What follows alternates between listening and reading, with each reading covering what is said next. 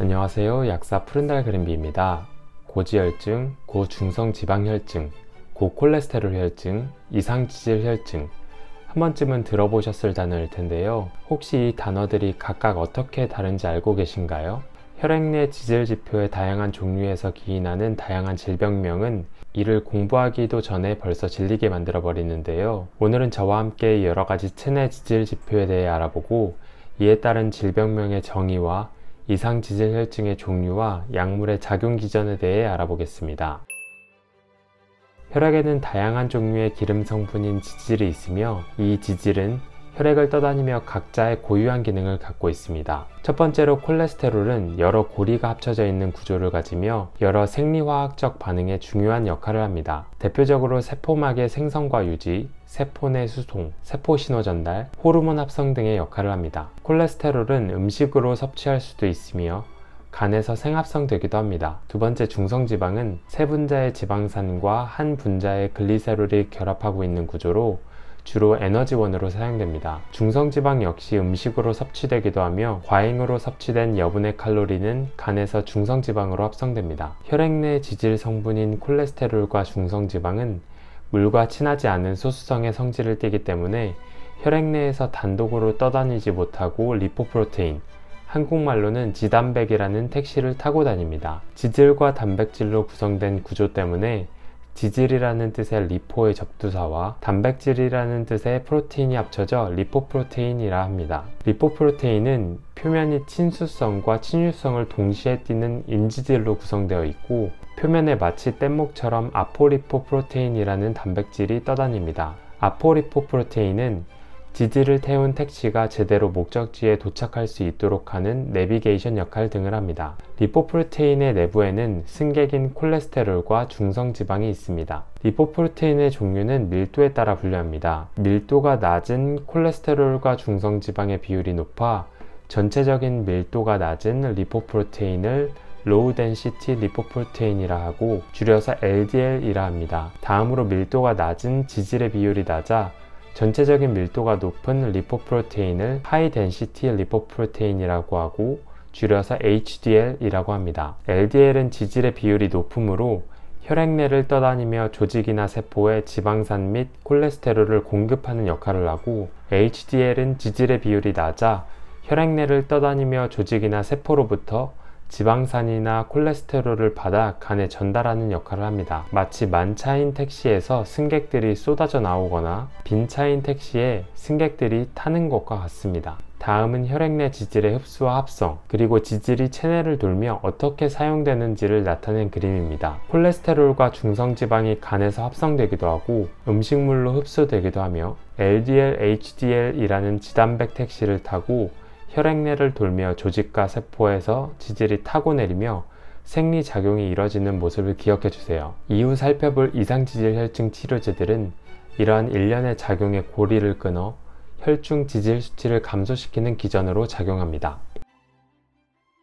건강검진 시 살펴볼 수 있는 지질 지표는 혈액 내에 존재하는 모든 콜레스테롤인 총 콜레스테롤, LDL 내에 들어있는 콜레스테롤인 LDL 콜레스테롤, HDL 내에 들어있는 콜레스테롤인 HDL 콜레스테롤, 그리고 중성지방 4가지입니다. 과거에는 혈액 검사 시 혈액 내의 총 콜레스테롤 수치만 확인했으므로 고콜레스테롤 혈증이라는 말을 사용해 왔습니다. 하지만 고콜레스테롤 혈증이라는 단어로는 혈액 내 중성지방 수치의 이상을 설명할 수 없어 나온 말이 혈액 내의 지질 수치가 높다는 의미인 고지혈증입니다. 하지만 한 가지 문제가 더 발생합니다. 혈액 내의 콜레스테롤이 수치가 높을수록 좋은 HDL 콜레스테롤과 수치가 높을수록 나쁜 LDL 콜레스테롤로 구성되어 있다는 사실이 밝혀지면서 HDL 콜레스테롤이 낮은 상황도 병적인 상황에 포함이 될 수 있다는 것입니다. 따라서 위의 상황들을 모두 종합하여 표현할 수 있는 단어로 나온 것이 이상지질혈증입니다. 혈액 내 지질 지표에 하나라도 문제가 있으면 이상지질혈증, 디슬리피데미아라고 합니다.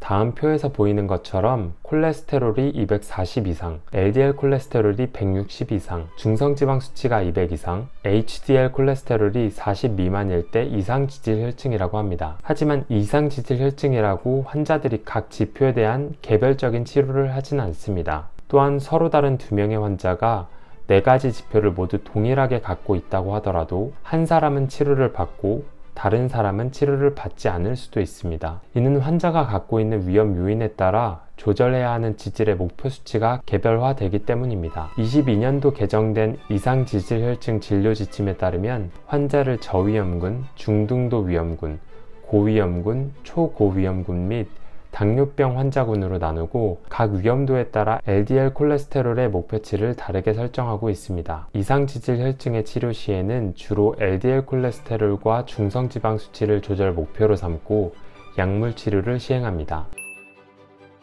이상지질혈증의 치료 시에는 주로 LDL 콜레스테롤과 중성지방 수치를 조절 목표로 삼고 약물 치료를 시행한다고 했습니다. 따라서 이상지질혈증을 치료하는 약물은 LDL 콜레스테롤의 수치를 줄이거나 중성지방을 감소시키는 기전으로 작용하며 이를 기준으로 약물을 분류할 수 있습니다. 먼저 LDL 콜레스테롤 수치를 감소시키는 약물로는 스타틴, 에제티마이브, PCSK9 억제제, 담즙산 결합수지가 있습니다. 중성지방을 감소시키는 약물로는 피브릭 액시드와 오메가3가 있습니다. 참고로 과거 HDL 콜레스테롤 상승에 효과가 있다고 알려진 니아신은 대규모 임상 연구에서 심혈관 질환 예방의 이득을 증명하지 못했으며 안면 홍조 및 당대사 등의 부작용으로 치료 부분에서 퇴출되었으며 현재 시판 중인 약제는 없습니다. 이제부터 이상지질혈증에 사용되는 약물들을 하나씩 살펴보겠습니다. 스타틴은 이상지질혈증 치료에 있어 가장 중요하다고 강조해도 지나치지 않을 정도로 제일 중요한 약물입니다. 아토르바스타틴, 로슈바스타틴처럼 무슨 스타틴이라는 어미를 가져 스타틴계 약물이라고 합니다. 스타틴은 간에서 콜레스테롤을 합성하는 HMG-CoA 환원효소라는 효소를 억제하여 콜레스테롤 합성을 저해하는 기전을 갖습니다. 각 스타틴의 성분마다 얼마만큼의 LDL 콜레스테롤 수치를 조절하는지에 따라 고강도, 중근강도, 저강도 스타틴으로 구분하고 환자의 목표 LDL 콜레스테롤 수치에 따라 적당한 강도의 스타틴을 선택하여 복용합니다. 콜레스테롤은 새벽 시간대에 활발히 합성되어 과거 반감기가 짧은 스타틴들은 저녁에 복용하도록 복약 지도가 되어 왔습니다. 그러나 로슈바스타틴, 아토르바스타틴, 피타바스타틴처럼 반감기가 긴 약물들이 개발되어 일과 시간 중 어느 때고 복용이 가능해졌습니다. 하지만 과거 관습대로 반감기가 긴 스타틴계 약물들도 저녁 시간대로 처방이 많이 나오기도 합니다. 스타틴의 대표적인 부작용은 근육통 증상입니다. 심한 운동을 하지 않았는데도 근육통 혹은 열, 권태감이 있을 수 있습니다. 대부분의 환자들은 증상이 경미하거나 쉽게 사라지거나 하지만 일부 환자의 경우 횡문근 융해증으로 이어질 수 있으므로 다른 스타틴계 약제로 변경을 하기도 합니다. LDL 콜레스테롤 수치를 조절하는 이상지질혈증 환자들은 대부분 스타틴으로 콜레스테롤 수치 조절을 시작하며 스타틴 용량을 증량해도 목표 수치에 도달하지 못하면 에제티마이브 약제를 추가하며 불편함이 없도록 스타틴과 에제티마이브가 복합제로 된 약물들이 시중에 굉장히 많이 나와 있습니다. 장점이 많은 스타틴 약물이지만 콜레스테롤의 사용이 많은 인부의 경우 스타틴 복용 시 기형을 유발할 수 있으므로 인부 금기사항입니다. 임산부들의 경우 보통 복용이 가능한 담즙산 결합수지인 콜레스티라민 제제를 사용합니다. 시판 중인 약물로는 아토르바스타틴 성분의 리피토정, 로슈바스타틴 성분의 크레스토정, 피타바스타틴 성분의 리바로정 등이 있습니다. 스타틴 다음으로 가장 많이 사용되는 약물은 에제티마이브입니다. 에제티마이브는 소장에서 음식으로 들어온 콜레스테롤의 흡수를 저해하여 작용합니다. 스타틴과 병용하여 사용하면 콜레스테롤의 합성과 흡수를 동시에 차단할 수 있으며 필요한 스타틴의 용량을 감량시켜 스타틴의 부작용을 감소시킬 수 있습니다. 스타틴과 에제티마이브 복합제가 많이 시판되고 있습니다. 시판 중인 약물로 는 에제티마이브 단일제인 이지트롤정, 피타바스타틴과 에제티마이브 성분의 복합제인 리바로정 등이 있습니다. 다음으로 살펴볼 약물은 주사제로만 사용이 가능한 PCSK9 억제제입니다. PCSK9 억제제는 PCSK9을 억제하는 기전으로 작용합니다. PCSK9이란 간에서 분비된 효소로 간세포 표면에 있는 LDL 리셉터를 파괴하는 역할을 합니다. LDL 리셉터는 혈액 속에 떠다니는 LDL을 간이 잡아먹도록 도와주는 역할을 하는데요. 결과적으로 PCSK9은 혈중 LDL 콜레스테롤 수치를 증가시키도록 작용합니다. PCSK9 억제제는 이와 반대로 LDL 수치를 감소시킵니다. 2022년 한국지질동맥경화학회 이상지질혈증 치료 알고리즘에 따르면 PCSK9 억제제 계열은 스타틴과 에제티마입을 사용해도 목표 LDL 콜레스테롤에 도달하지 못한 환자에서 사용할 수 있습니다. 시판 중인 약물로는 에볼로쿠맙 성분의 레파타주와 알리로쿠맙 성분의 프랄런트주가 있습니다. 담즙산 결합수지는 콜레스테롤을 재료로 하여 만들어진 담즙산과 결합하여 췌어로 배설시키는 작용 기전을 갖습니다. 담즙산 결합수지에 의해 감소된 담즙산을 생성하기 위해 더 많은 콜레스테롤이 사용되고 이로 인해 콜레스테롤 수치가 감소하는 것입니다. 담즙산 결합수지 성분으로는 콜레스티라민이 있으며 시판 중인 약물로는 퀘스트란 현탕용산이 있습니다. 담즙산 결합수지는 산재를 물에 타먹어야 하는 불편함과 변비, 오심복통 등 위장장애로 인해 잘 사용되지 않으나 임부금기인 스타틴 대신 임산부의 이상지질혈증 약물로 주로 사용되고 있습니다.